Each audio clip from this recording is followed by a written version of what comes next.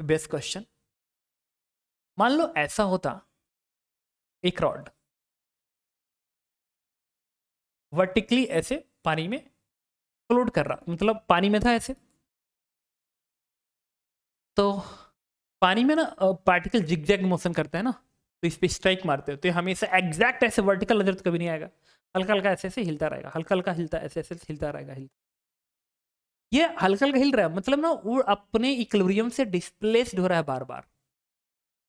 तो इस vertical position पे ये हमेशा नहीं रह सकता। इक्विलिब्रियम तीन तरह की होती है ना, stable, unstable and neutral equilibrium. तो अगर एक ऑब्जेक्ट सपोज करो अनस्टेबल इक्विलिब्रियम पे है, तो क्या कहा जाता है, उस अनस्टेबल इक्विलिब्रियम पे, जिस डायरेक्शन में अनस्टेबल इक्विलिब्रियम है, उस डायरेक्शन में हल्का सा शिफ्ट कर दो, तो फिर वो तो गिर जाएगा या तो भाग जाएगा, मतलब वो उस पोजीशन पे दोबारा नहीं आने वाला। और अगर स्टेबल है तो उसको डिस्प्लेस कर दो तो वापिस आ जाएगा। तो ये तो जिगजैग मोशन में पार्टिकल है ना, तो ये तो ऑसिलेट हमेशा कर रहा है, मतलब ये तो हमेशा अपने इक्विलिब्रियम से डिस्टर्ब हो रहा है बार बार। दैट मीन्स ये वर्टिकली तभी हैंग कर सकता है, ये वर्टिकली तभी रह सकता है इस तरीके से जब ये स्टेबल इक्विलिब्रियम पोजीशन पे हो। अगर ये फ्लोट कर रहा है तो ये फ्लोट कर रहा है, तो फ्लोटिंग में भी ये वर्टिकली तभी रह सकता है जब ये स्टेबल इक्विलिब्रियम पोजीशन पे हो। ये पोजीशन इसका स्टेबल इक्विलिब्रियम। अगर अनस्टेबल पे गया तो हल्का से भी ऐसा हुआ तो नहीं। और होता भी तो है, गिलास में पानी रखो और उसमें अगर कोई चीज़ बड़ा सा तुम रखते हो ऐसे, तो अपने हाथ से ऐसे पकड़े रहो, तो मिल गया कि नहीं कि तुम्हारे हाथ से फोर्स वगैरह नहीं पड़ रहा है, हल्का सा हाथ अड़ा दो तो अपने आप ही ऐसे गिर जाओ। और कभी कभी ऐसा भी होता है कि अगर ये ज़्यादा इसके अंदर आ जाए ना, ऊपर को थोड़ा सा कम दिखे, कम, तो तुम देखना हाथ हटा देते हो तो ऐसे ही पड़ा रह जाता है। तो अब हमें ये पूछा जाता है कि ऐसा क्या हो ताकि ये हमेशा मतलब इसी वर्टिकल पोजीशन पे ही नजर आए, वो गिरे नहीं। तो देखो थोड़ा सा, तो दो पॉइंट है, एक है बायनेंसी फोर्स का सेंटर ऑफ मास और एक है mg, जो mg काम कर रहा है, सब कुछ इसी पे है। अगर यही रॉड एग्जैक्टली ऐसे होता तो हल्का सा डिस्प्लेस करते, ऐसे करते हल्का सा डिस्प्लेस, और टॉर्क हमेशा सेंटर ऑफ मास के वर्ड लिखोगे बिकॉज ऑफ सूडो फोर्स से तुम बचने के लिए। तो अगर हल्का सा डिस्प्लेस करके यहाँ पे छोड़ा गया था इसको ऐसे,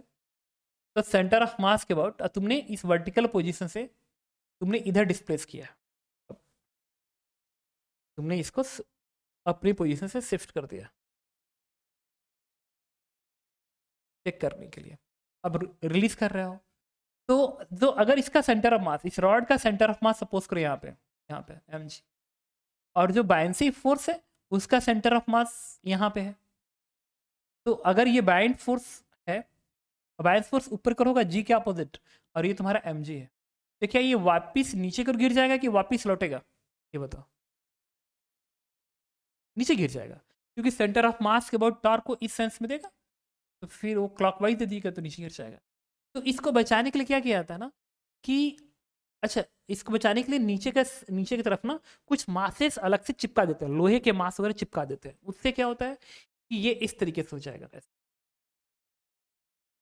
इस तरीके से हो जाएगा, लिक्विड ऐसे है तो ज्यादा नीचे की ओर ऐसे आ जाएगा, अब आ जाएगा क्योंकि इधर तुमने कुछ मासेस को रख दिया, या यूं कहो तो नीचे की साइड में डेंसिटी तुमने ज्यादा बढ़ा दी है, ज्यादा बढ़ा दी है, तो ज्यादा नीचे को डिप कर जाएगा। अब इसका सेंटर ऑफ मास यहाँ पे आएगा,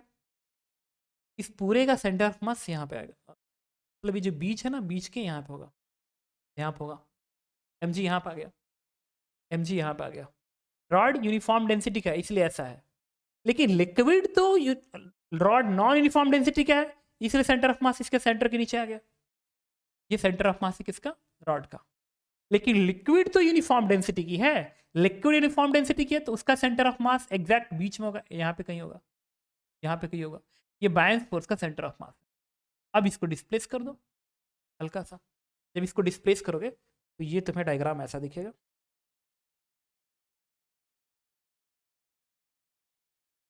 ये सेंटर ऑफ मास है ना, ऐसे दिखा दो,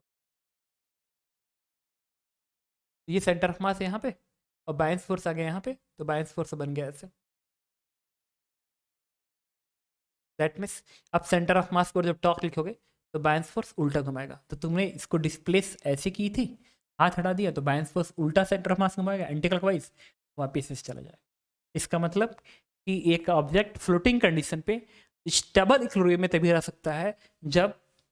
बायंस फोर्स का point of application of buoyancy, point of application of buoyancy जो है वो जो सेंटर ऑफ मास है, जो पूरे रॉड का जो मास का सेंटर ऑफ मास है उससे ऊपर हो, तभी जाके वो फ्लोटिंग कंडीशन में इक्विलिब्रियम पे रह सकता है, अदरवाइज नहीं रहेगा। तो इसमें क्वेश्चन लिख लो अलग से, इसमें क्वेश्चन क्या पूछता है, decide decide position of decide position of decide position of point of application of bind force, point of application of bind force, point of application of bind force, so that rod will be in vertical stable equilibrium position, rod will be in vertical stable equilibrium positions. Answer is point of application of bind force, point of application of bind force must be above, point of application of bind force must be above the center of mass of rod, center of mass of rod system, center of mass of rod system, so that after displacing,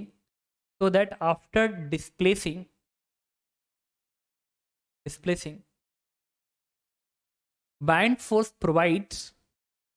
opposite torque with respect to center of mass, bind force provide opposite torque with respect to center of mass. ठीक है,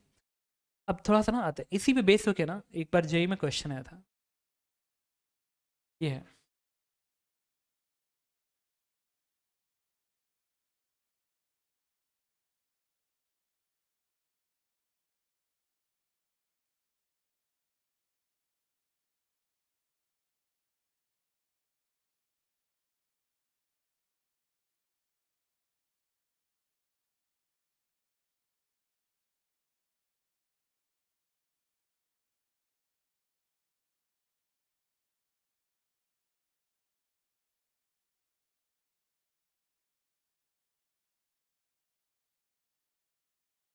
ये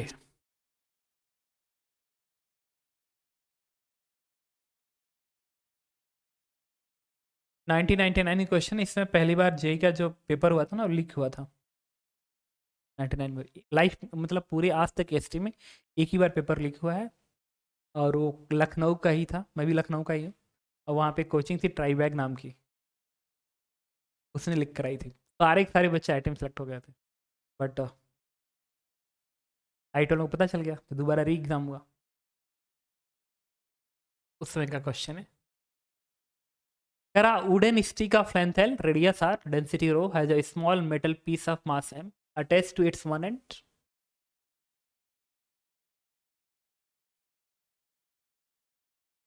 एक and पे find the minimum value of mass M,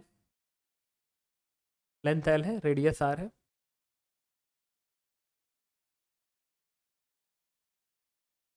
density rho. Find the minimum value of mass M in terms of given parameter that would make the stick float vertically in equilibrium in liquid of the density sigma. इसकी density sigma है और इसकी density rho, रो लिखा ही हूँ मैं, होना भी चाहिए तभी तो फ्लोट करेगा। अब पता करना है कि इस m की वैल्यू कितनी हो ताकि वर्टिकल पोजीशन पे फ्लोट करता नजर आए, ऐसी वर्टिकल पोजीशन में फ्लोट करता नजर आए। तो अच्छा एक बात बता, मिनिमम मास के केस में क्या होना चाहिए, बता मिनिमम मास के केस में क्या होना चाहिए, मिनिमम मास के केस में क्या होना चाहिए,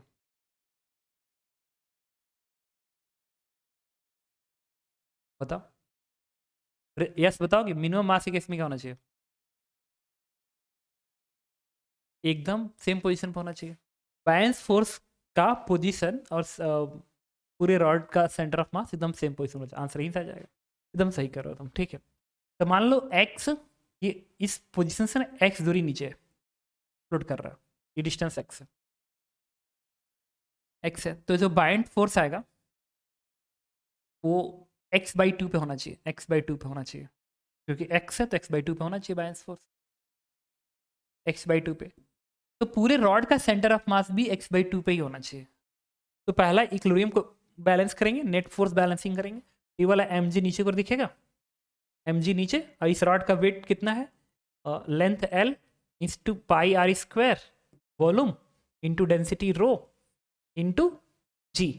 ये रॉड का मास बन गया, ये पॉइंट मास बन गया, is equal to net buoyancy force. जो बायंसी फोर्स आएगा एक्स की वजह से आएगा, तो x into a that is pi are square, तो वॉल्यूम भी rho of liquid into g. मतलब मैंने नेट फोर्स बैलेंस किया ताकि फ्लोट कंडीशन आ जाए पहले, क्योंकि अगर ऑब्जेक्ट फ्लोट कर रहा है तो नेट फोर्स जीरो होना चाहिए। ठीक है, इससे इक्वेशंस में जी हट जाएगा, मास एम की वैल्यू आ गई पाई आर स्क्वायर, जी नहीं रहेगा, L into rho minus x into sigma. But answer पाने के लिए मुझे, एम पाने के लिए मुझे बस एक्स की वैल्यू चाहिए इन टर्म्स ऑफ एल, हमारा आंसर हो जाएगा। बस एक्स निकालना है। एक्स निकालने के लिए जो तुमने बात बोली कि पूरे का centre of mass x by to distance पे होना चाहिए, क्योंकि बायंस का एप्लीकेशंस एक्स डूबा हुआ है, तो आधा पार्ट पे होगा, तो पूरे सिस्टम का ये। इसी को ओरिजिन मान लो, ओरिजिन मान लोगे तो नीचे को प्लस मान लिया, सेंटर ऑफ मास निकालने जा रहा हूँ, नीचे को प्लस मान लिया। तो अगर ये ओरिजिन है तो centre mass x by two दूरी, x by two is equal to M one x one plus M two x two upon M one plus M two लगा दूंगा। इसका मास क्या है, M into x one x है, plus plus M two इस पूरे rod का mass जो कि होगा L into pi are square into rho, ये बन गया मास, एल इंटू बोलो मास, into x two, M one x one plus M two x two. X two जो होगा इस पूरे रॉड का सेंटर ऑफ मास, इससे कितनी दूरी पे, क्योंकि ये ओरिजिन है, ये दूरी एल है, तो एल बाई टू दूरी पे होगा। एल बाई टू दूरी यहाँ से मुझे नहीं पता कहाँ पे, तो यहाँ से एल बाई टू दूरी पे होगा, टॉप एंड से तो एल बाई टू ही दूरी पे होगा, वो मान लिया यहाँ पे, लेट्स दिस। लेकिन ये फर्क नहीं पड़ता है, ऊपर मारो या नीचे मारो, मैथमेटिक्स एडजस्ट कर लेगी। क्या है, गलत कर रहा हूँ ना, रॉड का सेंटर ऑफ मास,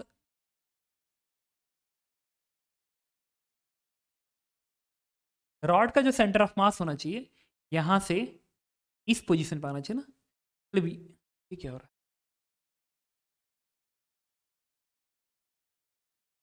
ठीक है। तो तुमने ये कहा था ना कि रॉड का जो सेंटर ऑफ मास है बाइंसी सेम दूरी पर होना चाहिए, तो रॉड का सेंटर ऑफ मास यहाँ से, सॉरी,